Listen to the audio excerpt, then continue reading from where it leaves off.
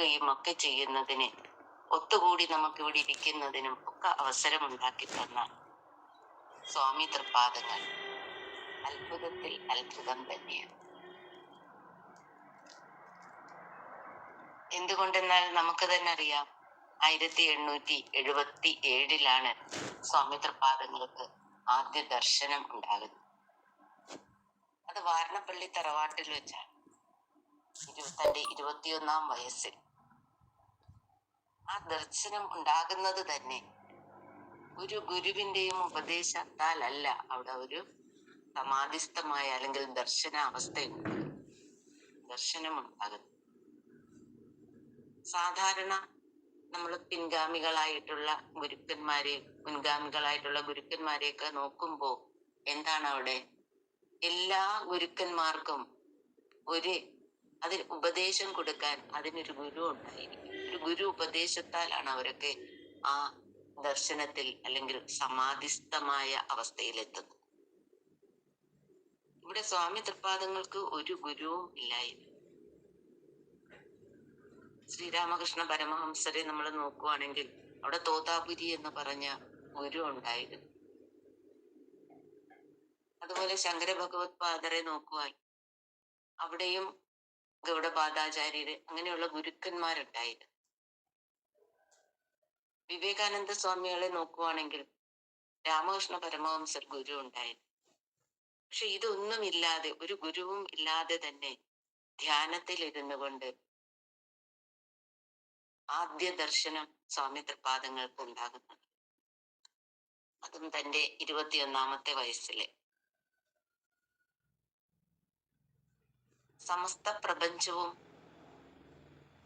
അല്ലെങ്കിൽ ആ പഞ്ചേന്ദ്രിയങ്ങളെയെല്ലാം തന്റെ പരിധിയിലാക്കിക്കൊണ്ട് അല്ലെങ്കിൽ നിഗ്രഹിച്ചുകൊണ്ട് പഞ്ചഭൂതങ്ങളെല്ലാം ആ സത്തിൽ തിരോഭൂതമായിക്കൊണ്ട് ആ ദിവ്യപ്രഭയിലെ മായാ മൂടുപടം നീക്കിക്കൊണ്ട് കായാമ്പൂ വർണ്ണനായ കൗസ്തുഭ മണി ധരിച്ച ആ കായാമ്പൂ വർണ്ണന്റെ ദിവ്യോത്സവമാണ് ആ വാരണപ്പള്ളി തറവാട്ടിൽ വെച്ചുണ്ടായ ആദ്യ ദർശനം. എല്ലാവർക്കും അറിയാവുന്നതാണ് ശ്രീകൃഷ്ണ ദർശനം. അതിനെ വിശദമായിട്ട് നമുക്ക് ശ്രീ വാസുദേവാഷ്ടകമായിട്ടും ഒക്കെ തന്നിട്ടുണ്ട്. അപ്പൊ അവിടെ ആ 21-ാം വയസ്സിൽ കിട്ടുന്ന ദർശനം എന്ന് പറയുന്നത് സമാധിയാണ്. ഇവിടെ നമ്മൾ മഹാസമാധി ആഘോഷിക്കുമ്പോൾ എന്താണ് സമാധി, മഹാസമാധി എന്നുള്ള വ്യത്യാസം കൂടി പറയുന്നത്. അവിടെ 21-ാമത്തെ വയസ്സിൽ ദർശനം ഉണ്ടാകുക എന്ന് പറയുമ്പോൾ അവിടെ എന്താണ്? സമാധിസ്ഥമായ അവസ്ഥയാണ്. സമാധി, സമ്യക്കായ ആധി, സമ്യക്ക് ഒന്നിച്ചു ചേർന്നിരിക്കുക, ആ ദൈവവുമായി ഒന്നിച്ചു ചേർന്നിരിക്കുക, താനും ദൈവവും ഒന്നായി ഇരിക്കുന്ന അവസ്ഥ സമാധി. അവർക്ക് ആ സമാധിയിൽ എത്തിക്കഴിഞ്ഞാൽ വീണ്ടും തിരികെ സ്വശരീരത്തിലേക്ക് തിരിച്ചു വരാനായിട്ട് സാധിക്കും. അതാണ് സമാധി എന്ന് പറയുന്നത്. അപ്പൊ ആദ്യ ദർശനം വാരണപ്പള്ളി തറവാട്ടിലുണ്ടായതിനു ശേഷം നമുക്കറിയാം, വീണ്ടും പല പ്രവർത്തനത്തിലൂടെ ആശാനായി, സ്വാമിയായി, നാണുഗുരുവായി മരുത്വാമലയിൽ എത്തുന്നതും, ആ മരുത്വാമലയിൽ എത്തിയതിനു ശേഷം വീണ്ടും പല സമാധിസ്ഥമായിട്ടുള്ള പല ദർശനങ്ങളും സ്വാമി തൃപ്പാദങ്ങൾക്കുണ്ടായിട്ടുണ്ട്.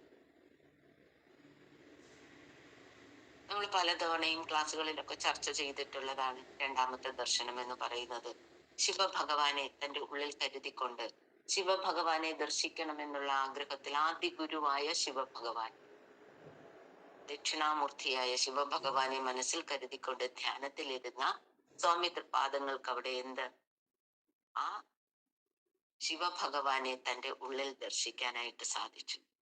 അതും ഒരു സമാധിസ്ഥമായ അവസ്ഥയാണ്. ഇത് ശിവശതകം എന്ന ജ്ഞാനാമൃതത്തില് നമ്മൾ എപ്പോഴും ചൊല്ലുന്ന 100-ാമത്തെ ജ്ഞാനവല്ലരി. കുളിർമതി കൊണ്ട് കുളിർത്ത് ലോകമെല്ലാം ഒളിതിരളുന്നൊരു വെണ്ണിലാവ് പൊങ്ങി തെളിതെളെ വീശി വിളങ്ങും ദേവലോക കുളമതിൽ ആമ്പൽ വിരിഞ്ഞു കാണണമേ. അവിടെ ആമ്പൽ വിരിഞ്ഞു കാണണമെന്നാണ്. കുളിർമതി കൊണ്ട് കുളിർത്ത് ലോകമെല്ലാം എന്ന് വെച്ചാൽ ആ ചന്ദ്രപ്രഭയിൽ ചന്ദ്രന്റെ പ്രഭയിലാണ് ആ ആമ്പൽ വിരിഞ്ഞ് ദേവലോക കുളത്തിൽ ആമ്പൽ വിരിയുന്നത് കാണണം എന്ന് പറഞ്ഞുകൊണ്ട് ആ ശിവഭഗവാനെ തന്റെ ഉള്ളിൽ ദർശിക്കാനായിട്ട് സാധിച്ചത്. ശിവഭഗവാനെ ദർശിച്ച ഭഗവാൻ വീണ്ടും തന്റെ ഇഷ്ടദേവനായ സുബ്രഹ്മണ്യ ഭഗവാനെ ദർശിക്കുന്നതിന് വേണ്ടിയിട്ട് വീണ്ടും തപസ് ചെയ്യുന്നു. ആ തപസ്സിന്റെ ഫലമായിട്ട് സുബ്രഹ്മണ്യ ഭഗവാനെയും ദർശിക്കാനായിട്ട് സ്വാമി തൃപ്പാദങ്ങൾക്ക് സാധിച്ചിട്ടുണ്ട്. അത് സുബ്രഹ്മണ്യ ദർശനത്തിലെ സുബ്രഹ്മണ്യ കീർത്തനത്തിലെ എല്ലാവരും ഒക്കെ ചൊല്ലുന്നതാണ്. ഏതാണ്? 12ാമത്തെ ജ്ഞാനവല്ലരിയാണ്. സ്പഷ്ടം നിലാവങ്ങു നീങ്ങി ദിനകരൻ ഉദയം ചെയ്തു ചന്ദ്രൻ മറഞ്ഞു, തട്ടിത്തട്ടി പെരുക്കി പെരുവിളിയതിൽ ആക്കിയിടുവാൻ പിന്നെയാട്ടെ കഷ്ടം ദിനം പിടിച്ചോ മതിലയത് കുടിച്ചോ കിടക്കുന്ന ലോകത്ത് ഇഷ്ടോത്തിട്ട് ശീഘ്രം നദിയിൽ ഒഴുകുവാൻ കാലമായി വന്നിരിപ്പോ.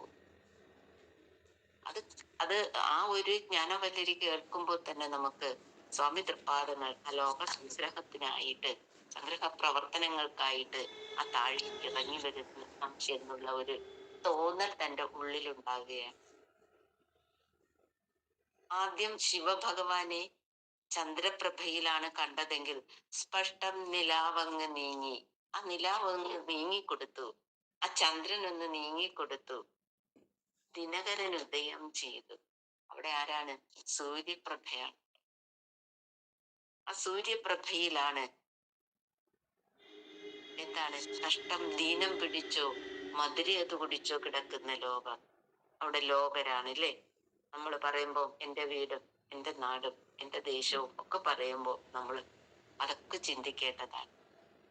ലോകരെ ഉത്തിഷ്ടോത്തിഷ്ട ശീഘ്രം, അവരെ ഒരു രീതിയിലല്ല, ഭൗതികമായും ആത്മീയമായും അവരെ ഉയർത്തണം. ഭൗതികതയിൽ അടിപ്പെട്ട് അല്ലെങ്കിൽ ഒന്നുമില്ലാതെ കിടക്കുന്ന ജനങ്ങളുണ്ട്, ഭൗതികതയുടെ പിറകെ മാത്രം പോകുന്ന ജനങ്ങളുണ്ട്, ആത്മീയത ഒന്നും അറിഞ്ഞൂടാത്ത ജനങ്ങളുണ്ട്. അവരെ ഉണർത്തി ഉയർത്തി കൊണ്ടുവരുന്നതിന് കർമ്മപ്രവാഹത്തിൽ മുഴുകുവാനുള്ള കാലമായി വന്നതിപ്പോ. അതിനുള്ള കാലമായി കഴിഞ്ഞു. സ്വാമി തൃപ്പാദങ്ങൾ ദേശം തോറും അവധൂതനായി നടക്കുമ്പോ ഇക്കാര്യങ്ങളായിരുന്നു മനനം ചെയ്തത്. അവർക്ക് എന്ത് ജ്ഞാനമാണ് ഞാൻ കൊടുക്കേണ്ടത്, അവരെ എങ്ങനെയാണ് ഉണർത്തി ഉയർത്തേണ്ടത്. അതിന്റെ ഫലമായിട്ടാണ് ഓരോ തപസ്സിന്റെ ഫലമായി ഓരോ സമാധിസ്ഥമായ അവസ്ഥയിൽ എത്തുമ്പോഴും ഓരോ ദർശനങ്ങൾ എത്തുമ്പോഴും ലോകരെ ഉണർത്തി ഉയർത്തണം എന്നുള്ള ആ തലത്തിലേക്ക് സ്വാമി തൃപ്പാദങ്ങൾ ഉയരുന്നു. അവിടെ നിന്ന് വീണ്ടും തപസ് ചെയ്തതിന്റെ ഫലമായി അറുമുഖനെ ദർശിക്കാനായിട്ട് സാധിക്കും. ഷൺമുഖ സ്തോത്രത്തിലെ 1ാമത്തെ ജ്ഞാനവല്ലരിയായി തന്നെ അത് പറഞ്ഞിട്ടുണ്ട്. 6 സൂര്യന്റെ പ്രകാശത്തിൽ 6 സൂര്യൻ എങ്ങനെയാണോ ഉദിച്ചുയരുന്നത് പോലെയുള്ള പ്രകാശം, ആ ഒരു ചൈതന്യത്തിലാണ് ഭഗവാനെ അറുമുഖനെ കാണാനായിട്ട് സാധിച്ചത്.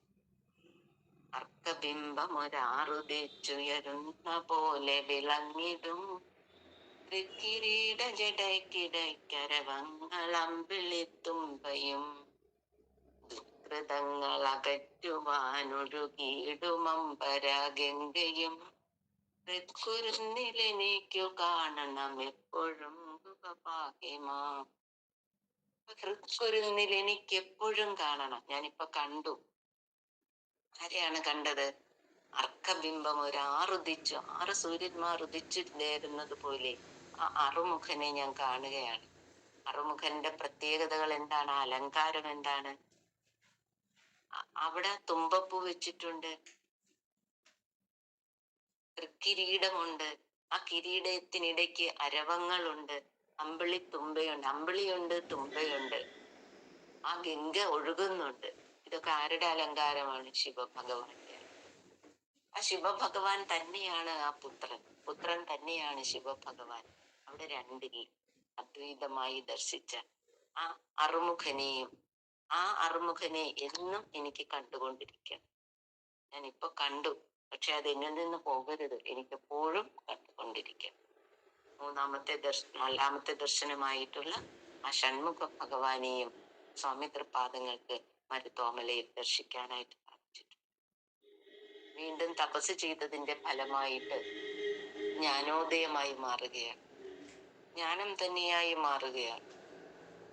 അത് ആത്മോപദേശ ശതകത്തിലെ ഒരു 10,000 അതിഥേയരൊന്നായി വരുവതുപോലെ വരും വിവേകവൃത്തി അറിവിനെ മൂടും അനിത്യമായ യാമി ഇരുളിനെ ഈർന്നീഴും ആദ്യ സൂര്യനെങ്കിൽ. ഒരു 10,000 ആതിഥേയരൊന്നായി വരുവതുപോലെ വരും വിവേകവൃത്തി. വിവേകവൃത്തി എങ്ങനെയാ വരുന്നത്? ആ ജ്ഞാനോദയം ഉണ്ടായത്. ഒരു 10,000 സൂര്യൻ എങ്ങനെയാണോ ഉദിച്ചുയർന്നത്, അതുപോലെയുള്ള ആ ഒരു പ്രകാശത്തിലെ ആ ചൈതന്യത്തിൽ സ്വാമി തൃപ്പാദങ്ങൾക്ക് എന്താ? ഒരു 10,000 ആതിഥേയരൊന്നായി വരുവതുപോലെ വരും വിവേകവൃത്തി അറിവിനെ മൂടും അനിത്യമായ യാമി. അറിവിനെ, നമ്മളിലെല്ലാമുള്ള അറിവിനെ മൂടിക്കൊണ്ടിരിക്കുന്ന അനിത്യമായിട്ടുള്ള, നിത്യമല്ലാത്ത, ഇല്ലാത്തതായ മായ അറിവിനെ മൂടും അനിത്യമായ യാമി ഇരുളിനെ ഈർന്നെഴും ആദ്യ സൂര്യൻ. അവിടെ നമ്മുടെ അജ്ഞാന അന്ധകാരത്തെ ഈർന്നെഴുക എന്ന് വെച്ചാൽ ഉദിച്ചുയരുക. അവിടെ ഉദിച്ചുയരുന്ന അതിസൂര്യനാണ് ആരെന്ന് പറയുന്നത്. ആ അതിസൂര്യനായിട്ടാണ് സ്വാമി തൃപ്പാദങ്ങൾ. അവിടെ 5ാമത്തെ ദർശനവും കിട്ടി, ജ്ഞാനോദയമാണ് അവിടെ ഉണ്ടായത്.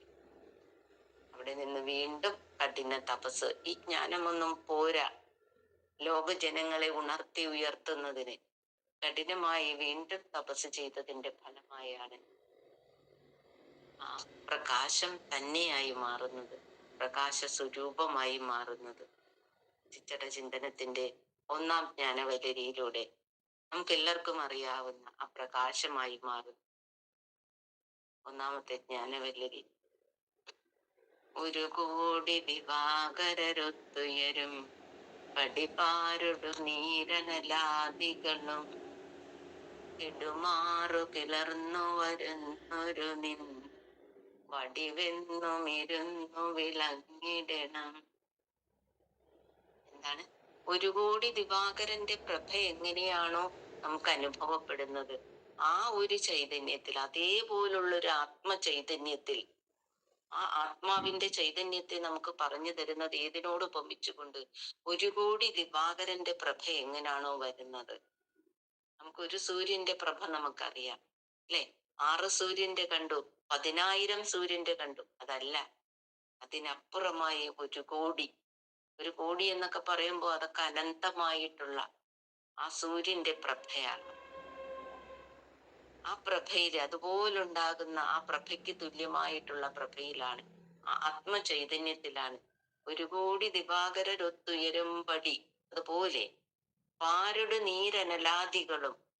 അവിടെ പാര്, നീര്, അനലാദികൾ എന്ന് വെച്ചാൽ ആ പഞ്ചഭൂതാത്മകമായ 5ഉം, പഞ്ചഭൂതങ്ങൾ 5ഉം, പാരുടെ നീരനലാദികൾ, പാര് ഭൂമി, നീര് വെള്ളം, അനല് അഗ്നി, ഇങ്ങനെ ഓരോന്നും മുതലായവ, പാരുടെ നീരനലാദികളും കെടുമാറ്.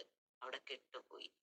പഞ്ചഭൂതങ്ങളെല്ലാം ഇല്ലാതെ അവിടെ കെട്ടുപോയി എന്ന് വെച്ചാൽ ഈ പ്രപഞ്ചമില്ല, തന്റെ ശരീരമില്ല, ഒന്നുമില്ലാതായ ഇടുമാറ് കിളർന്നു വരുന്നൊരു നീ അല്ലെ? അപ്പൊ അവിടെ ആ കിളർന്നു വരികയാണ് അത്, ആ ചൈതന്യം. ആ പ്രഭ ഇത്രയും വന്നു കഴിയുമ്പോൾ ആ ചൈതന്യമായി തന്നെ മാറും. ആ ഒരു സമാധിസ്ഥമായ അവസ്ഥ സമാധിയാണ്. അവിടെ പോകാൻ പിന്നെ എന്താണ്? ആ ശരീരമായ അവസ്ഥയിലേക്ക് തിരികെ വരാനായിട്ട് സാധിക്കും. അപ്പൊ ആ സമാധിസ്ഥമായ അവസ്ഥയിലെ പ്രകാശം തന്നെ, ഇത്രയും പ്രകാശത്തില് തന്റെ ശരീരവും ഇല്ലാതായിക്കൊണ്ട് പ്രകാശ സ്വരൂപമായി അവിടെ മാറുകയാണ്. അവിടെ പിന്നെ ഒരു നാമമോ രൂപമോ ഒന്നുമില്ല, വെറും ചൈതന്യം മാത്രം. എന്താണ് ആ ചൈതന്യം, പ്രകാശം എന്ന് പറയുന്നത്? എന്താണ്? ഈശ്വരൻ തന്നെ. അവിടെയാണ് സ്വാമി തൃപ്പാദൻ ദൈവം തന്നെയായി മാറി, ഈശ്വരൻ തന്നെയായി മാറി. ആദ്യമൊക്കെയുള്ള സമാധിയിലെ ഓരോരോ നാമരൂപങ്ങളായി, കൃഷ്ണനെ ആയാലും ശിവഭഗവാനെ ആയാലും എന്താണ് അറുമുഖനെ ആയാലും സുബ്രഹ്മണ്യ ഭഗവാനെ, നാമരൂപമായ സദ്ഗുണങ്ങളായിട്ടുള്ള ദേവന്മാരെയൊക്കെ ദർശിച്ച ഭഗവാൻ ആറാമത്തെ ദർശനത്തിൽ അരൂപമായി, അല്ലെ, ഒരു രൂപവുമില്ലാത്ത ആ നിത്യമായി നിൽക്കുന്ന ആ സദ്വസ്തു തന്നെയായി മാറി, ആ പ്രകാശ സ്വരൂപം തന്നെയായി മാറി. അവിടെ എത്തിയ ഭഗവാനാണ്, സ്വാമി പാദങ്ങളാണ് എന്ത് നമ്മളോട് പറഞ്ഞത്? നാം ശരീരമല്ല അറിവാം. ഈ ശരീരം ഉണ്ടാക്കുന്നതിന് മുന്നിലും അറിവായ നാം ഉണ്ടായിരുന്നു. ഇതൊക്കെ ഇല്ലാതെ പോയാലും നാം ഇപ്രകാരം പ്രകാശിച്ചുകൊണ്ട് തന്നെ. രോഗം, ജനനം, മരണം, രോഗം, ഭയം ഇത്യാദി ഒന്നും നമ്മെ ബാധിക്കില്ല. എന്ന് വെച്ചാൽ വീണ്ടും ഒരു തിരിച്ചു വരവില്ലാതെ തന്റെ ആ ഒരു ദൈവം തന്നെ ആയി മാറുകയാണ്. എന്ന് വെച്ചാൽ സ്വാമി തൃപ്പാദങ്ങൾ ആരായി മാറുകയാണ്? അവിടെ ദൈവം തന്നെയായി മാറുക. അവിടെയാണ് സ്വാമി തൃപ്പാദങ്ങൾ എന്തായി മാറുന്നത്? ഗുരുവായി മാറും. നാരായണൻ ആരായി മാറുന്നു? അവിടെ നാരായണ ഗുരുവായി മാറും. ആ ആനന്ദ അമൃതം നമ്മളൊക്കെ എല്ലായിടത്തിലും കേൾക്കുന്നതാണ്. ഓരോ ജ്ഞാനാമൃതം മനനം ചെയ്യുമ്പോഴും അവിടെയുള്ള ആ അവസ്ഥ, സത്ത് ചിത്ത ആനന്ദമായിട്ടുള്ള ആ പരമമായ തലത്തിൽ അവിടെ അവിടെ അധിഷ്ഠിതമായി അവിടെ തന്നെ നിലനിൽക്കാതെ താഴേക്ക് ജനങ്ങളെ ഉണർത്തി ഉയർത്തുന്നതിന്, തന്റെ ജ്ഞാനം പകർന്ന് അവരെ ഏറ്റവും പരമതയിലേക്ക് ഉയർത്തുന്നതിന് വേണ്ടിയിട്ട്, അത് ഭൗതികമായിട്ടായാലും ആത്മീയമായിട്ടായാലും ഉയർത്തി എല്ലാ മനുഷ്യർക്കും ആ തലത്തിലേക്ക് ഉയരാൻ സാധിക്കുമെന്ന് നമ്മളെ ബോധ്യപ്പെടുത്തിക്കൊണ്ട് സ്വാമി തൃപ്പാദങ്ങൾ ആ ജ്ഞാനത്തിൽ നിന്ന് താഴേക്കൊരു അവതാരമായി നമ്മിലേക്ക് വന്നു നാരായണ ഗുരുവായി, ആ ദൈവം തന്നെയായി സ്വാമി തൃപ്പാദങ്ങൾ എത്തിയത്. അവിടെ വന്നിട്ടുള്ള ഓരോ പ്രവർത്തനങ്ങളും നമുക്ക് എല്ലാവർക്കും അറിയാം. ആദ്യം എത്തുന്നത് അരുവിപ്പുറത്താണ്. അരുവിപ്പുറം പ്രതിഷ്ഠ എല്ലാവർക്കും അറിയാം. നമ്മൾ അതും മനനം ചെയ്ത് ചിന്തിക്കേണ്ടത്. അവിടെ ഒരു പ്രതിഷ്ഠ നടത്തിയതിലൂടെ നമുക്ക് എന്തെല്ലാം നേട്ടങ്ങളാണ് ഉണ്ടായത്. അതെങ്ങനെ അവിടെ സ്വാമി തൃപ്പാദങ്ങൾക്ക് അവിടെ ഒരു പ്രതിഷ്ഠ നടത്താനായിട്ട് സാധിച്ചു? രാത്രി 12 മണിക്ക്, ഒരു ശിവരാത്രി ദിവസം രാത്രി 12 മണിക്ക് ആണ് സ്വാമി തൃപ്പാദങ്ങൾ അവിടെ ആ ശങ്കരൻ കുഴിയിലേക്ക്, ആ കർമ്മപ്രവാഹത്തിലേക്ക് ഇറങ്ങാനായിട്ട് പോകുന്നത്.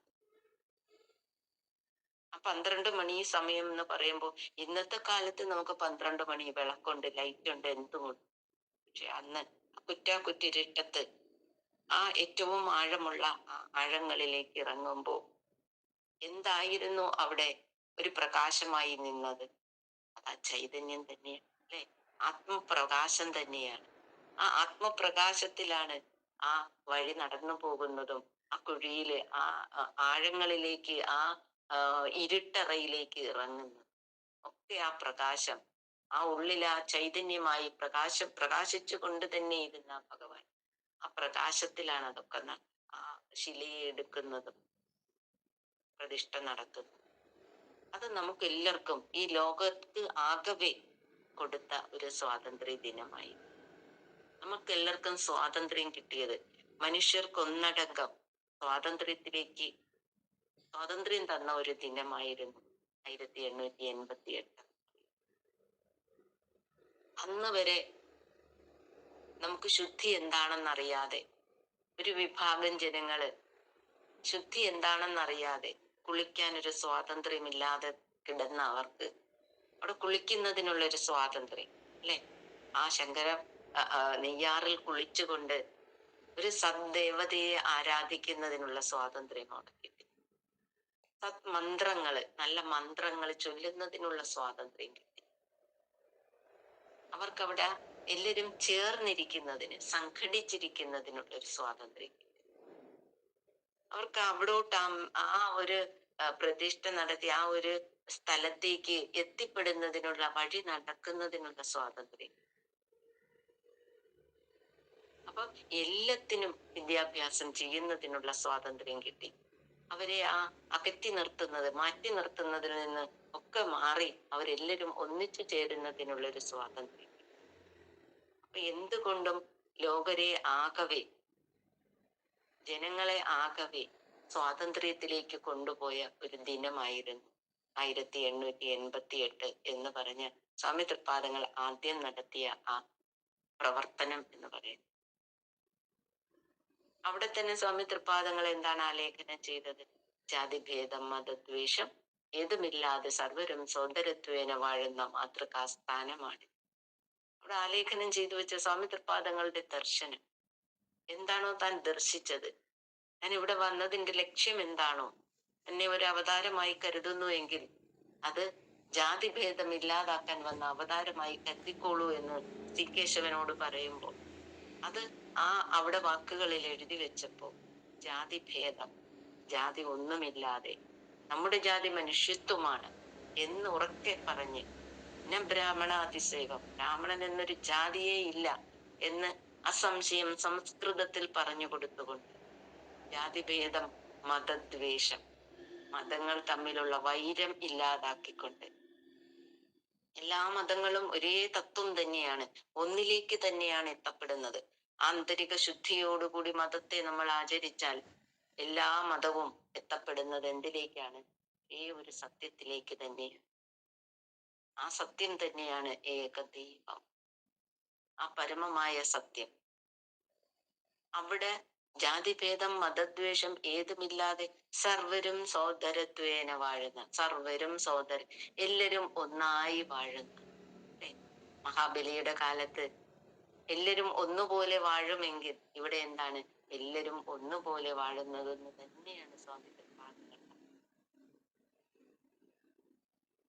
അപ്പൊ അങ്ങനെയുള്ള ആ സ്വാമി തൃപ്പാദങ്ങളുടെ ദർശനം നമ്മളെ, ജനങ്ങളെ ഒന്നാകെ കൈപിടിച്ച് ഉയർത്തുകയായിരുന്നു. പിന്നീടുള്ള ഓരോ പ്രവർത്തനങ്ങളും, പ്രതിഷ്ഠകൾ, അനേകം പ്രതിഷ്ഠകൾ നമുക്ക് ചെയ്തു തന്നു. ഒരു പ്രതിഷ്ഠയിലൂടെ എങ്ങനെ നമ്മളെ അത് ആരാധിക്കണമെന്നും, സദ്ദേവതയെ ദുർദേവതകളെയെല്ലാം മാറ്റിക്കൊണ്ട് ആ സദ്ദേവതകളെ എങ്ങനെ ആരാധിക്കണം, അതിലൂടെ എങ്ങനെ ഓരോ ഹൃദയങ്ങളിലും ഓരോ വീടുകളിലും ഒക്കെ എങ്ങനെ ഭക്തി എത്തിക്കാം, ആ ഭക്തിയിൽ നിന്ന് ഉയർന്ന് പിന്നീട് വിദ്യാഭ്യാസ സ്ഥാപനങ്ങൾ. നമുക്ക് ആദ്യമായിട്ട് എന്താണ് സ്ത്രീ വിദ്യാഭ്യാസം ഉണ്ടാക്കിയത്, അതുപോലെ വയോജന വിദ്യാഭ്യാസ സമ്പ്രദായം നടപ്പിലാക്കിയതും, നിശാ പാഠശാല ഉണ്ടാക്കിയതും, അതുപോലെ തന്നെ നമുക്ക് ആദ്യമായിട്ടൊരു സർവമത സമ്മേളനം, ലോകത്തിൽ ആദ്യമായിട്ടൊരു സർവമത സമ്മേളനം നടപ്പിലാക്കിയതും, അതുപോലെ തീർത്ഥാടനമായിട്ട് എങ്ങനെ വിദ്യാഭ്യാസത്തിലൂടെ ശുദ്ധിയിലൂടെ ഈശ്വരഭക്തിയിലൂടെ സംഘടിച്ച് നമുക്ക് കൃഷിയും കച്ചവടവും കൈത്തൊഴിലും സാങ്കേതിക വിദ്യയും ഒക്കെ നമുക്ക് ബോധ്യപ്പെടുത്തി തന്നുകൊണ്ട് ഏതെല്ലാം രീതിയിൽ ഒരു മനുഷ്യനെ അവന്റെ പൂർണ്ണതയിലേക്ക് എത്തിക്കാൻ പറ്റുമോ, അവനെ ഭൗതികമായും ആത്മീയമായും. കൃഷി കച്ചവടം ഒക്കെ പറയുമ്പോൾ അവന് ഭൗതികമായിട്ടുള്ള നേട്ടത്തിലൂടെ, അവനെ ഏതാണ് ഈശ്വരഭക്തി ശുചിത്വം ഇവയിലൂടെ അവനെ ആത്മീയതയിലേക്കും രണ്ട് രീതിയിലും ഒരുപോലെ ഉയർത്തിക്കൊണ്ടുപോയി നമ്മളെ ജനങ്ങളായി മനുഷ്യനായി ജീവിക്കാനും, മനുഷ്യന്റെ ആ പുണ്യജന്മം എന്തിനാണ് നമുക്ക് കിട്ടിയതെന്നുള്ള ആ ഒരു തലത്തിലേക്ക് നമ്മളെ, ആ പരമപുരുഷാർത്ഥമായ കർമ്മം അർത്ഥം കാമം മാത്രം പോരാ, ആ ഏതാണ് മോക്ഷം കൂടി നമുക്ക് വേണം. നമ്മൾ ഏതാണ് ആ പരമഗതി എല്ലാവരും പ്രാപിക്കേണ്ടവരാണ്. ആ പരമഗതിയിലേക്ക് നമ്മളെ നയിക്കുന്നത്, ആ പരമമായ പദത്തിലേക്ക് നമ്മളെ നയിക്കുന്നു. അതിനൊക്കെ സ്വാമി തൃപ്പാദങ്ങളുടെ ഓരോ പ്രവർത്തനങ്ങളും അതിനൊക്കെ തന്നെയായിരുന്നു. അത് 63 ജ്ഞാനാമൃതത്തിലൂടെ ആയാലും, അതുപോലെ തന്നെ ശ്രീനാരായണ ധർമ്മത്തിലൂടെയായാലും,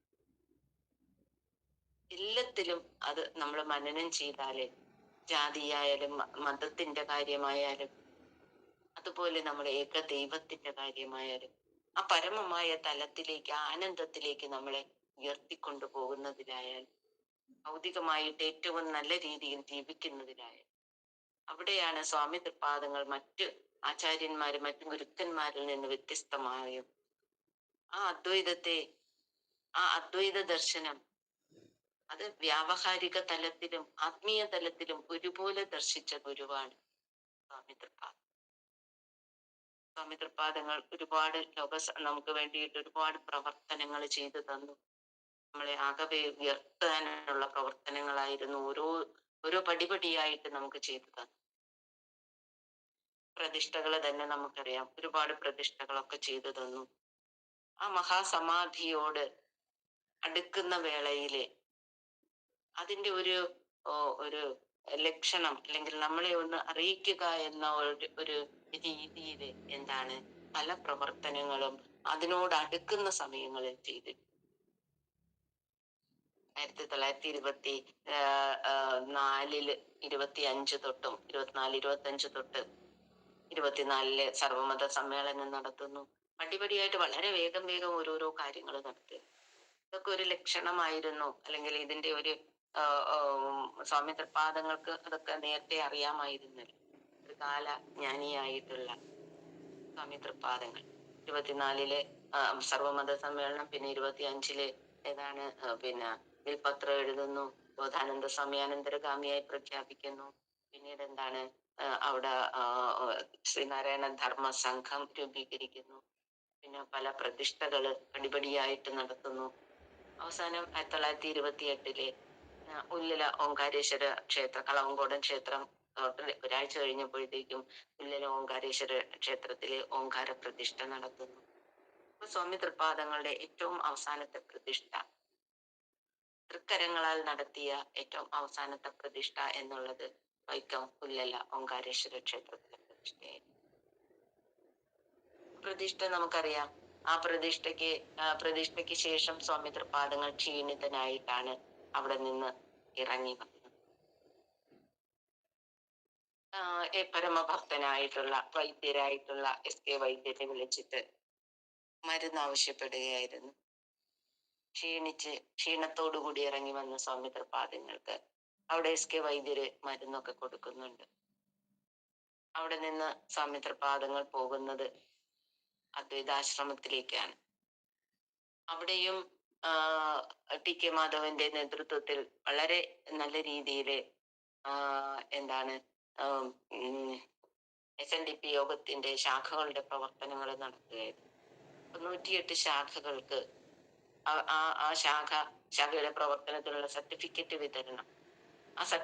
വിതരണം സ്വാമി തൃപ്പാദങ്ങളുടെ ആ തിരുക്കൈ കൊണ്ട് തന്നെ, ആ തൃക്കൈ കൊണ്ട് തന്നെ നടത്തണം എന്നുള്ള TK മാധവന്റെ ആഗ്രഹം സഫലീകരിക്കാൻ വേണ്ടിയിട്ടാണ് സ്വാമി തൃപ്പാദങ്ങൾ ഏറ്റവും അവസാനം ചെയ്ത ഒരു പൊതുയോഗം എന്ന് പറയുന്നത്.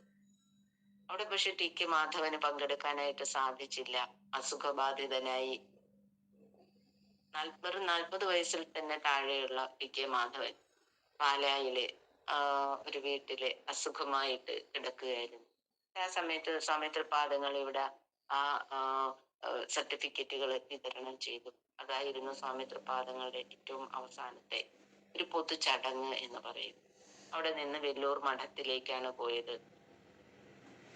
വെല്ലൂർ മഠത്തിലെ അവിടെ കെട്ടിടം പണി നടന്നുകൊണ്ടിരിക്കുകയായിരുന്നു. സ്കൂളിന്റെയും ഒക്കെ പണി നടന്നുകൊണ്ടിരിക്കുകയായിരുന്നു. അപ്പൊ അവിടെ വെച്ചിട്ടാണ് ബോധാനന്ദ സ്വാമികളോട് പറയുന്നത്, എനിക്ക് സുഖമില്ല, മൂത്രസംബന്ധമായ മൂത്രം പോകുന്നതിന് തടസ്സമുണ്ട് എന്ന് പറയുന്നത്. അപ്പൊ ഉടൻ തന്നെ എന്താണ് അവിടെ വെച്ച് താലൂക്ക് ഹോസ്പിറ്റലില് ഡോക്ടർ ദാസിനെ വിളിപ്പിക്കുകയും അവര് വന്ന് അവിടുത്തെ മെയിൻ ആയിട്ടുള്ള ഡോക്ടറാണ് വന്ന് പരിശോധിക്കുകയും മൂത്രം എടുക്കുകയൊക്കെ ചെയ്തു. ആശ്വാസമൊക്കെ തോന്നി. അവിടെ ഇരുന്ന സമയത്ത് വീണ്ടും അദ്വൈതാശ്രമത്തിലേക്ക് പോവുകയാണ്. അവിടെ അദ്വൈതാശ്രമത്തിൽ വെച്ച് വീണ്ടും അസുഖം ഉണ്ടാകുന്നു. ആ സമയത്താണ് ബോധാനന്ദ സ്വാമി ഏറ്റവും ഫേമസ് ആയിട്ടുള്ള, അതുപോലെ ഗുരുവിന്റെ ഗൃഹസ്ഥ ശിഷ്യനും കൂടിയായിട്ടുള്ള ഡോക്ടർ കൃഷ്ണനെ എന്ന് പറഞ്ഞ പാലക്കാട്ടുള്ള ഡോക്ടർ കൃഷ്ണനെ വിളിപ്പിക്കുകയും സംസാരിക്കുകയും അറിയിക്കുകയും അതിന്റെ ഫലമായിട്ട് അദ്ദേഹത്തിന് അത്ര തിരക്കുള്ളത് കൊണ്ടായിരിക്കാം അദ്ദേഹത്തിന്റെ മകനായിട്ടുള്ള ഡോക്ടർ രാഘവനെ പറഞ്ഞു വിടുകയും ചെയ്തു. അദ്ദേഹം വന്ന് നോക്കിയതിനു ശേഷം സ്വാമി തൃപ്പാദങ്ങൾക്ക് അസുഖത്തിന് ഭേദമുണ്ടായിരുന്നു. മൂത്രമൊക്കെ എടുക്കുകയും അതിനുശേഷം ആശ്വാസം ഉള്ളത് കൊണ്ട് ഡോക്ടർ രാഘവന്റെ നിർദ്ദേശപ്രകാരം പാലക്കാട് ചെല്ലണമെന്ന് പറഞ്ഞിട്ട് പോകാതെ തന്നെ അദ്വൈതാശ്രമത്തിൽ വിശ്രമിക്കുകയായിരുന്നു. 2-3 ദിവസം കഴിഞ്ഞപ്പോ അസുഖം വീണ്ടും കൂടി. അപ്പോ അവിടോട്ട് പോകാം, പാലക്കാട് കൃഷ്ണൻ ഡോക്ടറുടെ അടുത്ത് പോകാം എന്നുള്ള തീരുമാനത്തിലെത്തുകയും ചെയ്തു. അവിടെ നിന്ന് അങ്ങോട്ടുള്ള യാത്രയിലെ തൃശ്ശൂർ വെച്ച് കൂർക്കഞ്ചേരി എന്ന് പറഞ്ഞ സ്ഥലത്ത് ഫേമസ് ആയിട്ടുള്ള ഏറ്റവും പ്രസിദ്ധമായിട്ടുള്ള വൈദ്യന്മാരുള്ള സ്ഥലം, കൊട്ടാരം വൈദ്യന്മാരായിട്ടുള്ള മാമൻ വൈദ്യനും മാമി വൈദ്യരും ഒക്കെ ഉള്ള സ്ഥലം, അവിടെ അവരുടെ നിർബന്ധ പ്രകാരം അവിടെ ഇറങ്ങുകയും അവിടുത്തെ ചികിത്സയിലും യാതൊരു ഭേദവും കാണാതെ പാലക്കാട് എത്തപ്പെടുകയുമാണ് ചെയ്യുന്നത്. കൃഷ്ണൻ ഡോക്ടർ അടുത്ത് എത്തുകയും അവിടെ നിന്ന് നല്ല ഭേദമുണ്ടാവുകയും അവിടെയുള്ള ചികിത്സ നടന്നുകൊണ്ടിരിക്കുമ്പോൾ തന്നെ ശിഷ്യന്മാരൊക്കെ കൂടെ ഉണ്ടായിരുന്നു. ഗോവിന്ദാനന്ദ സ്വാമികള്, അതുപോലെ ബോധാനന്ദ സ്വാമികള്, നരസിംഹ സ്വാമികള് ഒക്കെ കൂടെ. അപ്പം ഗോവിന്ദാനന്ദ സ്വാമി തന്നെ മദ്രാസിലെ ഡോക്ടറെ അറിയിക്കുകയും ഡോക്ടർ പണ്ഡാല എന്ന് പറഞ്ഞ ഡോക്ടറെ അറിയിക്കുകയും ആ ഡോക്ടർ ഉടൻ തന്നെ പാലക്കാട് സ്വാമി തൃപ്പാദങ്ങളുടെ അടുത്ത് നേരിട്ട് എത്തുകയും ചെയ്തു.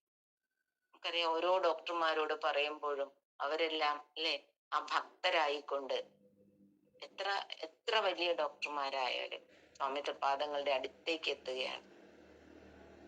അപ്പൊ അവിടെ വന്നിട്ട് തൃപ്പാദങ്ങളെ പരിശോധിച്ചതിന് ശേഷം ഹോസ്പിറ്റലിലേക്ക് ചെല്ലാൻ, മദ്രാസിലേക്ക് തന്നെ ചെല്ലാൻ നിർദ്ദേശിക്കുകയും ചെയ്തു. അങ്ങനെ അവിടെ നിന്ന് മദ്രാസിലേക്ക് പോകുന്നു. മദ്രാസില് അവിടെ ചികിത്സ നടത്തിയത് വലിയ ഡോക്ടർമാരായിട്ടുള്ള ഡോക്ടർ നോബൽ, ഡോക്ടർ സാമുവൽ എന്ന് പറഞ്ഞ അവരൊക്കെ അന്നത്തെ കാലത്ത് തന്നെ 5000 രൂപ ശമ്പളം വാങ്ങിക്കൊണ്ട് ഡോക്ടർ വൃത്തിയിൽ പങ്കെടുത്തുകൊണ്ടിരിക്കുന്ന ആളുകളായി. അപ്പൊ അവരാണ് നോക്കിയത്. അപ്പൊ സ്വാമി തൃപ്പാദങ്ങളെ റൂമിലേക്ക് വിളിച്ചു. അപ്പൊ അവിടെ കിടത്തിയിട്ട് നോക്കുമ്പോൾ ഹൃദയമിടിപ്പില്ല, അതുപോലെ നാഡികളും സ്പന്ദിക്കുന്നില്ല. അവര് വളരെയധികം വിഷമിച്ചു, പേടിച്ചു. കിടക്കാൻ പറഞ്ഞപ്പോൾ തിരിഞ്ഞു കിടക്കുകയും ചെയ്തു. അവരത്ഭുതപ്പെട്ടു. അപ്പൊ സ്വാമി തൃപ്പാദങ്ങള് അവരെ നോക്കിയിട്ട് ചോദിക്കുന്നു, എന്താ നാഡി കിട്ടുന്നില്ലേ? അവിടെയാണ് ആ സ്വന്തം നാഡി നരമ്പുകളെ സ്വന്തം വരുതിയിൽ കൊണ്ടുവരാൻ കഴിവുള്ള സ്വാമി തൃപ്പാദങ്ങൾ. ആ ഡോക്ടർമാർ സാഷ്ടാംഗം വീണ് നമസ്കരിച്ചു പോവുകയാണ്. അവരിറങ്ങി വന്നിട്ട് പറയുന്നത്, അവിടുന്ന് ഇനി യാതൊരു അസുഖവും ഇല്ല, അവിടുന്ന് വിചാരിച്ചാൽ മതി ഇതൊക്കെ പോകാന്, ഒരു അസുഖവും ഇല്ല എന്ന് പറഞ്ഞുകൊണ്ടാണ് ഒരു വരുന്നത്. സ്വാമി തൃപ്പാദങ്ങളുടെ നിർദ്ദേശപ്രകാരം, നിർബന്ധപ്രകാരം മലയാളക്കരയിൽ തിരികെ പോകണം എന്ന് പറഞ്ഞിട്ട് അവിടെ നിന്ന് വന്ന വഴിയെ തന്നെയാണ് തിരികെ വരുന്നത്. ഡോക്ടർ കൃഷ്ണന്റെ വീട്ടിൽ ഇറങ്ങുന്നു, അവിടെ ചികിത്സ ചെയ്യുന്നു. പോകുന്ന വഴിക്ക് തൃശ്ശൂരുകാര് വിളിച്ചിറക്കും, അല്ലെങ്കിൽ എറണാകുളംകാരെ ഇറക്കും, ആലപ്പുഴ ഇറക്കും എന്നൊക്കെ സ്വാമി തൃപ്പാദങ്ങൾക്കറിയാം.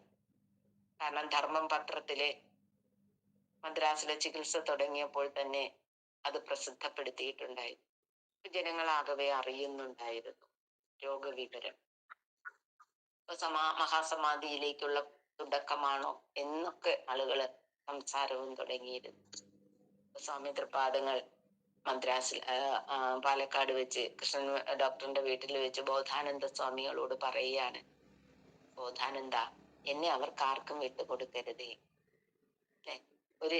ഒരു ഗുരു ശിഷ്യനോട് പറയാൻ, ബോധാനന്ദ, എന്നെ അവർക്കാർക്കും വിട്ടുകൊടുക്കരുതേ. അവരെല്ലാം ഭക്തി കൊണ്ടാണ് എന്നെ അവിടെ ഇറങ്ങണം, അവിടെ ഞാൻ എന്നെ ചികിത്സിക്കണം എന്നൊക്കെ പറയുന്നത്. ആരുമ ശിഷ്യൻ ആ വാക്ക് പാലിച്ചുകൊണ്ട് അവിടെ എങ്ങും ആരെയും കാണാൻ അനുവദിക്കാതെ, എവിടെയാണ്, ആലപ്പുഴയിൽ നിന്ന് ബോട്ട് വഴി കൊല്ലത്ത് ആണ് എത്തിയത്. കൊല്ലം റെസ്റ്റ് ഹൗസിലാണ്, അവിടെ തോമസ് സ്റ്റീവൻ കമ്പനിയുടെ റെസ്റ്റ് ഹൗസിലാണ് അവിടെ വിശ്രമിച്ചത്. അത് പീത്തങ്കി മൈതാനത്തിന്റെ അടുത്ത്. ഇപ്പൊ അവിടെ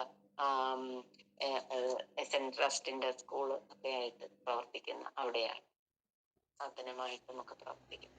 അപ്പൊ അവിടെ നിന്നുകൊണ്ട് പിറ്റേ ദിവസം രാവിലെ സ്വാമി തൃപ്പാദങ്ങൾ ജനലിലൂടെ നോക്കുമ്പോൾ മൈതാനമാണ് കാണുന്നത്, പീരങ്കി മൈതാനം. പട്ടാളക്കാരുടെ ക്യാമ്പൊക്കെ നടക്കുന്ന പീരങ്കി. അത് കണ്ടപ്പോ സ്വാമി തൃപാദങ്ങൾ പറഞ്ഞു, ഇത് നമ്മുടെ സ്ഥലമാണല്ലോ, ഇത് സരസ്വതി ക്ഷേത്രമാണല്ലോ, ഇങ്ങനെ പറഞ്ഞു. അതാണ് പിന്നീട് SN കോളേജായും എവിടെ ശാരദാ മഠമായും ഒക്കെ ഇപ്പോഴും നിലനിൽക്കുന്നത്. അത് നമ്മുടെ മുഖ്യമന്ത്രിയായിരുന്ന R ശങ്കർ ആണ് അത് നടപ്പിലാക്കിയത്.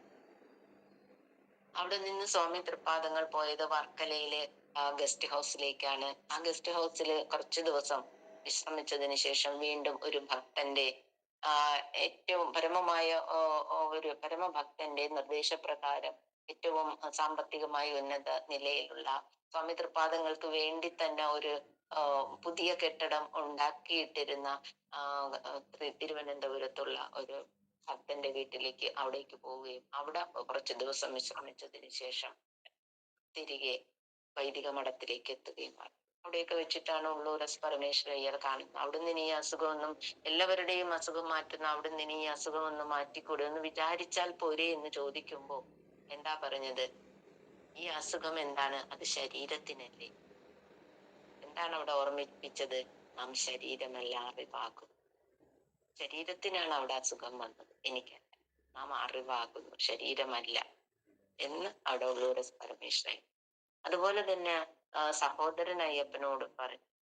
സഹോദരൻ അയ്യപ്പനും വിഷമിച്ച് സ്വാമി തൃപാദങ്ങളെ കാണുമ്പോൾ പറയുന്നത്, ഓരോരുത്തർക്കും ഓരോ ദൗത്യമുണ്ട്, അത് പൂർത്തിയാക്കിയാൽ പിന്നെ ഇവിടെ ചുറ്റിപ്പറ്റി നിൽക്കേണ്ട കാര്യമുണ്ടോ?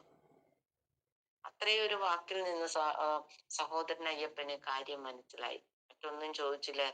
മുറിയിൽ നിന്ന് ഇറങ്ങി വന്നപ്പോ കണ്ണുനീർ വാർത്തുകൊണ്ടാണ് സഹോദരൻ അയ്യപ്പൻ വന്നതെന്നാണ്. അപ്പൊ അങ്ങനെ വൈദിക മഠത്തിലെ ചികിത്സകൾ, വൈദിക മഠത്തിലെ ഏറ്റവും നല്ല രീതിയിലുള്ള ഏറ്റവും രാജകീയമായിട്ടുള്ള ചികിത്സയും സംരക്ഷണവും പരിചരണവും ഒക്കെയാണ് സ്വാമി തൃപാദങ്ങൾക്ക് അവിടെയൊക്കെ എല്ലാവരും കൊടുത്തത്. വൈദിക മഠത്തില് നമുക്കറിയാം, സ്വാമി തൃപാദങ്ങളെ നോക്കാന് ഓരോരുത്തർക്ക് ഡ്യൂട്ടി കൊടുത്തുകൊണ്ട് കൃത്യമായിട്ട് ഓരോ സമയങ്ങളിലും സ്വാമി തൃപാദങ്ങളെ നോക്കിക്കൊണ്ടിരുന്നു. ഗുരുക്കന്മാരായ ആ പരമപദത്തിലെത്തിയ ഗുരുക്കന്മാർക്ക് അവർക്ക് എപ്പോഴാണ് സമാധി പ്രാപിക്കേണ്ടത് എന്നവർക്ക് നേരത്തെ തന്നെ കുട്ടി നിശ്ചയിക്കാനായിട്ട് സാധിക്കും. അത് നമുക്ക് ഒരുപാട് തവണ അനുഭവം സ്വാമി തൃപാദങ്ങള് പലയിടത്തും അതില് സൂചിപ്പിച്ചിട്ടുള്ളതാണ്. അത് പ്രധാനമായിട്ടും നടരാജ ഗുരുവിനോട് ചോദിച്ച് പറഞ്ഞിട്ടുള്ളത്. അത് 1928 മാർച്ച് മാസത്തിൽ തന്നെ നടരാജ ഗുരു പുറത്ത് വിദേശത്ത് പഠനത്തിനായിട്ട് പോകുമ്പോ എന്നാണ് ഇനി തിരികെ വരുന്നത് എന്ന് ചോദിച്ചപ്പോ എന്താണ് പറഞ്ഞത്? 8 മാസം എന്ന് പറഞ്ഞപ്പോ അല്ല 4 മാസം എന്ന് പറയുന്നുണ്ട്. അപ്പോഴും ആർക്കും അതിനെ എന്താണ് എന്ന് ശിഷ്യന്മാരൊക്കെ കേൾക്കുന്നുണ്ടെങ്കിലും, എല്ലാവരും ഇതെല്ലാം കേൾക്കുന്നുണ്ടെങ്കിലും തിരിച്ചൊന്നും ചോദിക്കുന്നില്ല. അങ്ങനെയുള്ള മറുപടികളാണ് സ്വാമി തൃപാദങ്ങളിൽ നിന്ന് വരുന്നത്. അത് തന്നെ വർഷങ്ങൾക്ക് മുമ്പ് ഭൈരവൻ ശാന്തിക്ക് കൊടുത്തതും അല്ലെ. ഇത് പൂക്കുമ്പോൾ എന്ന് പറയുമ്പോ അവിടെ എന്താണ് ഇത്രമാത്രം പറയുമ്പോ എന്താണ് അവിടെ ഉദ്ദേശിക്കുന്നത് എന്നൊന്നും അറിയില്ല. അപ്പൊ അങ്ങനെ ഓരോരോ സൂചനകൾ അവിടെയും ഇവിടെയും ഒക്കെ കൊടുക്കുന്നുണ്ടായി. ആ ഒരു കൃത്യമായിട്ടുള്ള ഒരു സമയം അവർക്ക് തിരഞ്ഞെടുക്കാനായിട്ട് സാധിക്കും. ഈ കന്നിമാസം ആയപ്പോഴേക്കും ആ കന്നി 5 ഏറ്റവും നല്ല ദിവസമാണ് അല്ലെ. വ്യാഴഭൗരയാണ് പുറപ്പെടുന്നതിന് ഏറ്റവും നല്ല ദിവസം.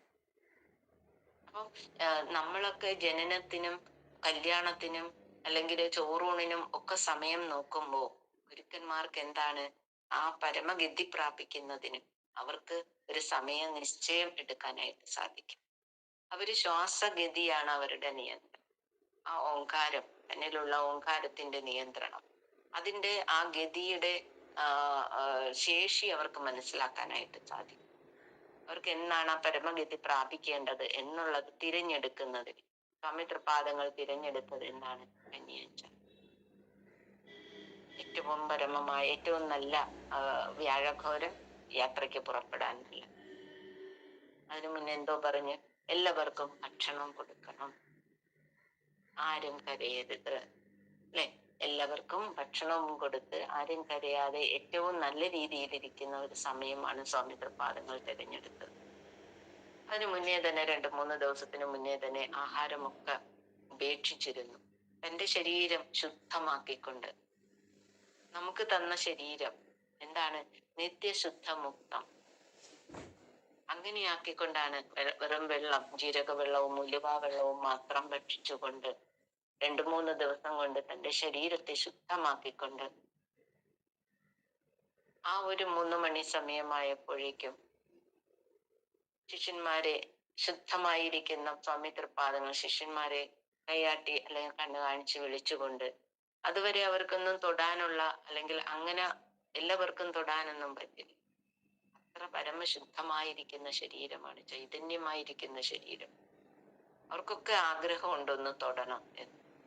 അപ്പോ അതിന് ഭാഗ്യം കിട്ടിയ സ്വാമിമാരെ ഓടിച്ചെന്ന് പിടിച്ച് ഇരുത്തുകയും ആ പത്മാസനത്തിൽ ഇരുത്തുകയാണ്.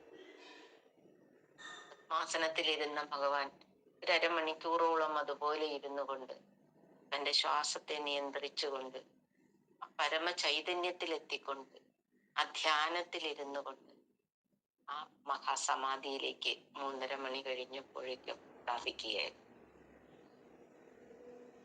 നമുക്കറിയാം, പ്രകൃതിയും ജനങ്ങളും ഒക്കെ ഉള്ള ദുഃഖം അവിടെ ഉണ്ടായിരുന്നു. മഴ പെയ്യുന്നത് പോലെയുള്ള ഒരു സമയവുമായി. അപ്പൊ എന്തുകൊണ്ടും ആ സ്വാമി തൃപ്പാദങ്ങളുടെ ആ ഒരു മഹാസമാധി കന്നി 5 വൈകുന്നേരം 3:30 മണിക്ക്, പിറ്റേ ദിവസം തന്നെ സ്വാമി തൃപ്പാദങ്ങളെ എന്ത് ചെയ്തത്, അവിടെ നന്നായിട്ട് ഒരുക്കി, പുഷ്പാലങ്കാരത്തോടുകൂടി, വാദ്യഘോഷങ്ങളോടുകൂടി ആണ് അവിടെ നിന്ന് വനജാക്ഷി മണ്ഡപത്തിലേക്ക് കൊണ്ടുപോയി ദർശനത്തിനായിട്ട് കാട്ടുന്നതും. അവിടെ ഏറ്റവും ആഘോഷപൂർവമായിട്ടാണ് അവിടെ സ്വാമി തൃപ്പാദങ്ങളുടെ തിരുശരീരം കൊണ്ടുപോയത്. തിരികെ സ്വാമി തൃപ്പാദങ്ങൾ തന്നെ ഒരു സൂചന കൊടുത്തിരുന്ന ആ ശിവഗിരി കുന്നിൽ സ്വാമി തൃപ്പാദങ്ങളെ ആ ബ്രാഹ്മ മുഹൂർത്തത്തിൽ നിമഞ്ജനം ചെയ്യുന്നത്. നിമഞ്ജനം ചെയ്യുക എന്ന് പറയുമ്പോ അവിടെ ഗുരുക്കന്മാരാണ്. ഗുരുക്കന്മാരെ നമ്മളെ പോലെയൊന്നും അല്ല, അല്ലെ? അവിടെ എന്ന് പറയുന്നത് ചൈതന്യമായി നിൽക്കുന്ന, ദൈവം തന്നെയായി നിൽക്കുന്ന, ചൈതന്യം പ്രകാശിച്ചു കൊണ്ട് നിൽക്കുന്ന ആ ഗുരുക്കന്മാർ. അവരുടെ ശരീരം ഒരിക്കലും നമ്മളെ പോലെ ദഹിപ്പിക്കില്ല. നമ്മുടേത് ഒരു ദീർഘചതുരാകൃതിയിലാണ് അതിൽ ദഹിപ്പിക്കലൊക്കെ നടക്കുന്നത്.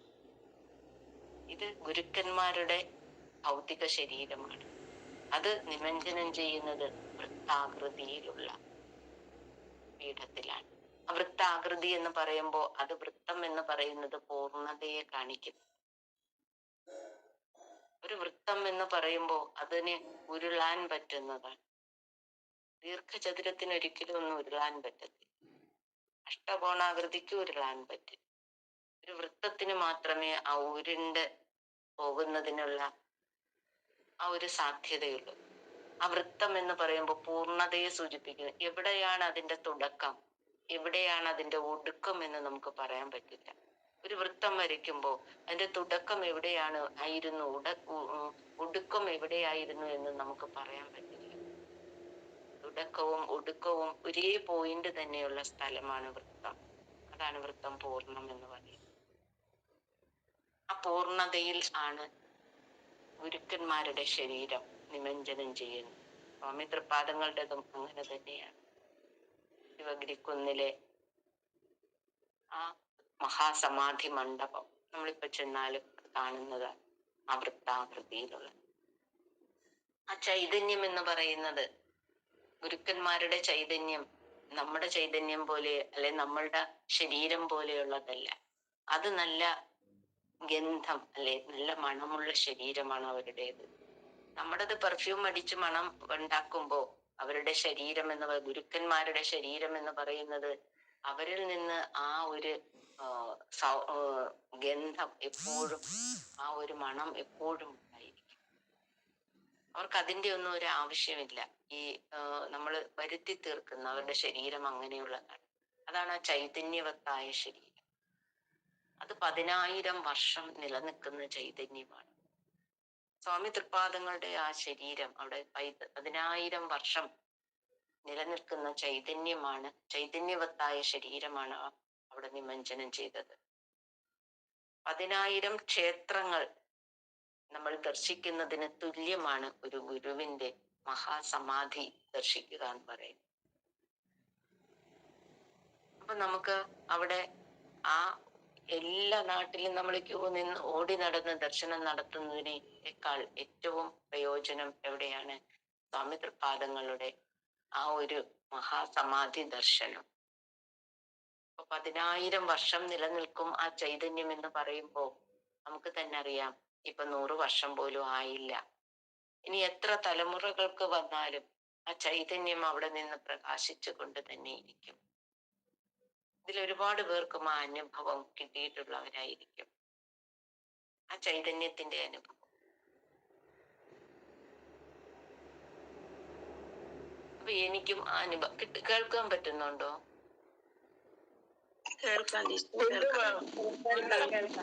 കേൾക്കുന്നുണ്ട്. എനിക്ക് എന്തോ ഒരു ബ്രേക്ക് കാണിക്കുന്നുണ്ടത്. ആ ചൈതന്യം നമ്മിലേക്കെല്ലാം ഇറങ്ങി വരുന്ന ചൈതന്യം,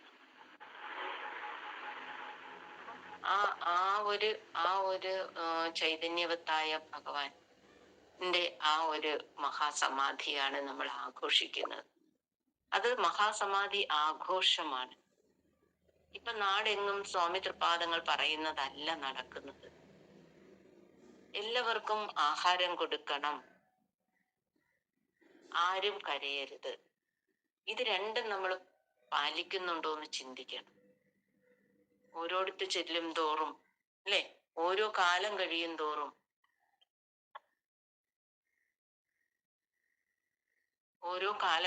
തോറും ഈ എന്താണ് അവിടെ മഹാസമാധിക്ക് അവിടെ എന്താണ് ആഹാരം കഴിക്കാതെ ഉപവാസം ഇരിക്കുന്ന ഒരു രീതിയിലോട്ടാണ് പോകുന്നത്. സ്വാമി തൃപ്പാദങ്ങൾ ഒരിക്കലും അങ്ങനെ പറഞ്ഞിട്ടില്ല, ഉപവാസം ഇരിക്കണമെന്നോ കരയണമെന്നോ. കുഞ്ഞു കുട്ടികളെ പോലും ആ ഉപവാസത്തിൽ പങ്കെടുപ്പിച്ചുകൊണ്ട് സ്വാമി തൃപ്പാദങ്ങളുടെ വാക്കുകൾക്ക് യാതൊരു വിലയും കൽപ്പിക്കാതെയാണ് ഇപ്പോൾ ഉള്ള പ്രവർത്തനങ്ങൾ നടക്കുന്നത്. കുട്ടികൾക്ക് ആഹാരം കൊടുക്കണം, വരുന്ന ഭക്തന്മാർക്കും എല്ലാവർക്കും ആഹാരം വയറു നിറയെ കൊടുത്തതിന് ശേഷം ആരും കരയരുത് എന്ന് പറഞ്ഞുകൊണ്ട് നമ്മിൽ നിന്ന് ആ മഹാസമാധി പ്രാപിച്ച ഗുരുവിന്റെ വാക്കുകൾക്ക് നമ്മൾ വില കൊടുത്തുകൊണ്ട് ഇനിയെങ്കിലും എന്താണ് മഹാസമാധി നമ്മൾ ആഘോഷിക്കുകയാണ് വേണ്ടത്. ആഘോഷം തന്നെയായിരിക്കണം. ഓണത്തിന് എങ്ങനെയാണോ നമ്മൾ ആഘോഷിക്കുന്നത് അതുപോലൊരു ആഘോഷമായിരിക്കണം. നമ്മളെ എന്നും നിത്യ ഓണമായി നമ്മളെ ഇതുപോലെ ജീവിക്കാനും സംസാരിക്കാനും പഠിക്കാനും പഠിപ്പിക്കാനും ദൈവത്തെക്കുറിച്ച് പറയാനും ഒക്കെ നമ്മളെ പ്രാപ്തരാക്കി തന്ന ആ പൊന്നോണം തന്നെ ആക്കി തന്ന ഈ സ്വാമി തൃപ്പാദങ്ങളുടെ ആ മഹാസമാധി അല്ലെങ്കിൽ തിരുജയന്തി ഒക്കെ നമ്മൾ എന്താണ് ആഘോഷപൂർവം ആഘോഷിക്കണം. ഓണത്തിന് എങ്ങനെയാണോ വസ്ത്രങ്ങൾ പുതുവസ്ത്രങ്ങൾ ഇടുന്നത്, എങ്ങനെയാണോ ഓണത്തിന് ഇലവെട്ടി സദ്യ നടത്തുന്നത്, അതുപോലെ തന്നെ ആയിരിക്കാം. അല്ലാതെ കഞ്ഞിയും പയറും കൊടുത്തുകൊണ്ടായിരിക്കരുത്. നമ്മൾ വിഷമിക്കാനല്ല സ്വാമി തൃപ്പാദങ്ങൾ നമുക്ക് കിട്ടിയ ഒരു അനുഗ്രഹമാണ്. ആർക്കുണ്ട് ഇങ്ങനെ ഒരു മഹാസമാധി പ്രാപിച്ച ഗുരു? നമ്മൾ ആരെയും കേട്ടിട്ടില്ല അല്ലെ? നമുക്ക് അത്രയ്ക്ക് ഭാഗ്യമുള്ളവരാണ് നമ്മൾ. സ്വാമി തൃപ്പാദങ്ങൾ തന്നെ പറഞ്ഞിട്ടുണ്ട്, ഞാൻ ഇവിടെ നിന്ന് പോയിട്ടില്ല, ജനനം മരണമൊന്നും എനിക്കില്ല, ഞാൻ ഇവിടെ തന്നെയുണ്ട്, പ്രകാശിച്ചുകൊണ്ട് തന്നെ ഇരിക്കും, നിങ്ങളോടൊപ്പം തന്നെ ഞാനുണ്ട്, ആരും കരയരുത്. നമ്മളൊന്ന് വിളിക്കണം അല്ലെ, നമ്മളൊന്ന് ചെല്ലണം, നമ്മളൊന്ന് അടുക്കണം, അത് മാത്രമേ ഉള്ളൂ. നമ്മൾ ആ ചൈതന്യത്തിന് കടന്നു വരാൻ ഒരു അവസരം നമ്മൾ കൊടുക്കണം. നമ്മളുടെ മനസ്സും നമ്മുടെ ഉള്ളം അന്ധകാരത്തിൽ നിർത്തിയാൽ ഒരിക്കലും ആ ചൈതന്യത്തിന് കടന്നു വരാൻ പറ്റില്ല. നമ്മൾ അതൊന്ന് മലർക്കെ തുറന്നു കൊടുക്കുക, ആ ചൈതന്യം നമ്മിലേക്ക് അടിച്ചു കയറും. അത് അടിച്ച് അനുഭവിച്ച, അതറിഞ്ഞ, ചാരത്ത് വസിച്ച ഗുരുവിന്റെ തിരുസ്വരൂപം എന്തെന്നറിഞ്ഞ ശിഷ്യന്മാര്, ഗൃഹസ്ഥ ശിഷ്യന്മാരുണ്ടായിരുന്നു, സന്യസ്ത ശിഷ്യന്മാരുണ്ടായിരുന്നു. നമുക്കറിയാം ആദ്യത്തെ സന്യസ്ത ശിഷ്യൻ ബോധന ശിവലിംഗദാസ സ്വാമികള്. ചാരത്ത് വസിക്കാൻ ഭാഗ്യം കിട്ടിയതാണ് അല്ലെ. 14-15 വയസ്സിലെ ഗുരുവിനോടൊപ്പം വന്ന് എന്തായിരിക്കും അല്ലെ, നമുക്കൊക്കെ ഒരു അസൂയ തോന്നുന്ന ഒരു കാലം അല്ലെ. സ്വാമി തൃപ്പാദങ്ങളോട് ഓടിച്ചെന്ന് സംസാരിക്കാനും പിടിക്കാനും വലിക്കാനും സംശയങ്ങൾ ചോദിച്ചുകൊണ്ടെല്ലാം മനസ്സിലാക്കാൻ പറ്റിയ കൊച്ചപ്പി പിള്ള എന്ന ശിവലിംഗദാസ സ്വാമി ഗുരുവിന്റെ തിരുസ്വരൂപം അറിഞ്ഞിട്ട് നമുക്ക് ഗുരുഷഡ്ഗം എഴുതിയിട്ടുണ്ട് അല്ലെ. ഓം ബ്രഹ്മണേ മൂർത്തിമതേ, ബ്രഹ്മത്തിന്റെ മൂർത്തി രൂപം. ബ്രഹ്മം എന്ന് പറയുമ്പോൾ ദൈവം, ദൈവത്തിന്റെ മൂർത്തി രൂപം, ദൈവത്തിന്റെ മനുഷ്യരൂപമാണ്. നേരിട്ട് അനുഭവിച്ചറിഞ്ഞിട്ട് ശിവഭഗവാൻ തന്നെയാണ് എന്ന് അറിഞ്ഞിട്ട് ഓം നമഃശിവായ എന്ന ആ പഞ്ചാക്ഷരി മന്ത്രത്തെ മുൻനിർത്തിക്കൊണ്ട് ആ ഗുരു ഷഡ്ഗം നമുക്ക് എഴുതി തന്നു. ദൈവത്തിന്റെ മനുഷ്യരൂപമാണ് ഭഗവാൻ. എല്ലാവരെയും ശുദ്ധമാക്കുകയും നിത്യശുദ്ധമുക്തമായി നിൽക്കുന്ന, എല്ലാവർക്കും നമ്മുടെ അജ്ഞാനത്തെ എല്ലാം മാറ്റാൻ നിൽക്കുന്ന ആ ഭഗവാൻ കാട്ടി. അതുപോലെ തന്നെയാണ് ഗൃഹസ്ഥ ശിഷ്യനായിട്ടുള്ള കുമാരനാശാൻ എന്താ നമുക്ക് പാടിത്തന്നത്? ആരായുകിൽ അന്ധത്വം ഒഴിച്ച അതിമഹത്തിൽ നേരാം വഴി കാട്ടും ഗുരുവല്ലോ പരദൈവം. പരമമായ ദൈവമാണെന്ന് കാട്ടിത്തന്നു ആശാൻ. നമുക്കറിയാം 14 വയസ്സിലെ ആയുസ് അറ്റുപോകുമെന്ന് ജ്യോത്സ്യന്മാര് പറഞ്ഞ് മരണത്തെ കാത്തുകിടന്ന ആശാന് 51 വയസ്സ് വരെ ആയുസ് നീട്ടിക്കൊടുത്ത ഭഗവാൻ പറഞ്ഞ കാര്യങ്ങളെല്ലാം, ഭഗവാന്റെ മനസ്സിൽ എന്തൊക്കെ തോന്നിയോ അതൊക്കെ, എന്തൊക്കെ ദർശനങ്ങളുണ്ടോ അതെല്ലാം നമുക്ക് കാട്ടിത്തന്ന കുമാരനാശാൻ. ഗുരുവിനെ ഏറ്റവും നന്നായിട്ട് അറിയാൻ സാധിച്ച കുമാരനാശാൻ ആണ് പറഞ്ഞത്, പരദൈവമല്ലോ, പരമമായ ദൈവമാണ്. അതുപോലെ ഓരോരോ ഗൃഹസ്ഥ ശിഷ്യന്മാരായാലും അല്ലാത്തവർക്കും സത്യവ്രത സ്വാമികള് എന്താണ് നേരിട്ട് ചെന്നത് എന്തിനു വേണ്ടിയിട്ടാണ്? എതിർക്കാൻ വേണ്ടിയാണ് ചെന്നത്. പ്രതിഷ്ഠ എതിർക്കാൻ വേണ്ടി ചെന്ന സത്യവ്രത സ്വാമികള് സാഷ്ടാംഗം വീണ് നമസ്കരിക്കുകയാണ് ചെയ്തത്. ബോധാനന്ദ സ്വാമികള് പ്രതിഷ്ഠയ്ക്ക് എതിർക്കാൻ ചെന്ന് സാഷ്ടാംഗം വീണ് നമസ്കരിച്ചു. ടാഗോർ ഇവിടെ വന്നിട്ട് എന്താ പറഞ്ഞത്? അനന്തതയിലേക്ക് നീളുന്ന യോഗ നയനങ്ങൾ. മലയാളക്കരയിൽ ഇതിനപ്പുറമോ ഒരു ദൈവത്തെ, ഞാൻ ലോകം മുഴുവൻ സഞ്ചരിച്ചിട്ടുണ്ട്, ഇതിനപ്പുറമുള്ള ഒരു മലയാളക്കരയിൽ ഇതുപോലൊരു സ്വാമിയെ ഞാൻ കണ്ടിട്ടില്ല.